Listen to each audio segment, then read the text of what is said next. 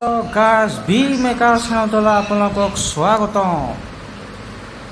বহুতে মোক ফোন কৰি সুধি আছে গ্ৰেজুৱেট টিচাৰৰ কাট অফ কিমানলৈকে নামিব। বিশেষ সূত্ৰৰ দ্বাৰা গম পাইছোঁ যে আপোনালোকৰ যিটো গ্ৰেজুৱেট টিচাৰৰ ছেকেণ্ড লিষ্ট প্ৰকাশ পাব, তাতে কাট অফ কিমান যাব মই ভিতৰুৱাকৈ গম পাইছোঁ যে 4ৰ পৰা 7লৈকে কাট অফ নামিব পাৰে প্ৰতিটো ছাবজেক্ট ৱাইজ। খুব সোনকালে আপোনালোকৰ GT PGTৰ ছেকেণ্ড লিষ্ট ভেৰিফিকেশ্যন লিষ্ট প্ৰকাশ পাব। ইতিমধ্যে ৰণশ্ৰী গোদামৰে ফেচবুকত আৰু টুইটাৰ যোগে জনাইছে যে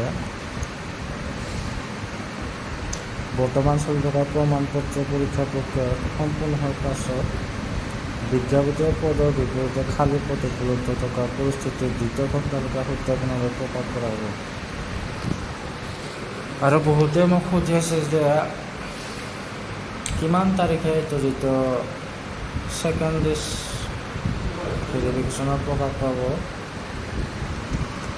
আৰু আপোনালোকক জনাই দিওঁ যে অহা 20 জুলাইৰ আগত আপোনালোকৰ ছেকেণ্ড লিষ্ট প্ৰকাশ পাব GT PGT। চেনেলটো ভাল লাগিলে আপোনালোকে ছাবস্ক্ৰাইব কৰিব, লাইক কৰিব, শ্বেয়াৰ কৰিব নাপাহৰিব। বহুত বহুত শুভেচ্ছা থাকিলে আপোনালোকৰ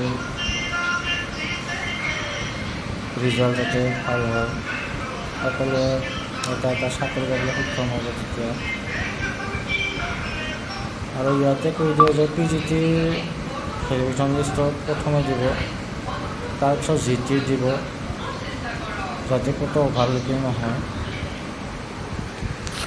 আৰু অভাৰলুকিঙৰ কিছু এতিয়া গুৰুত্ব দিব চৰকাৰে। ধন্যবাদ থাকিল।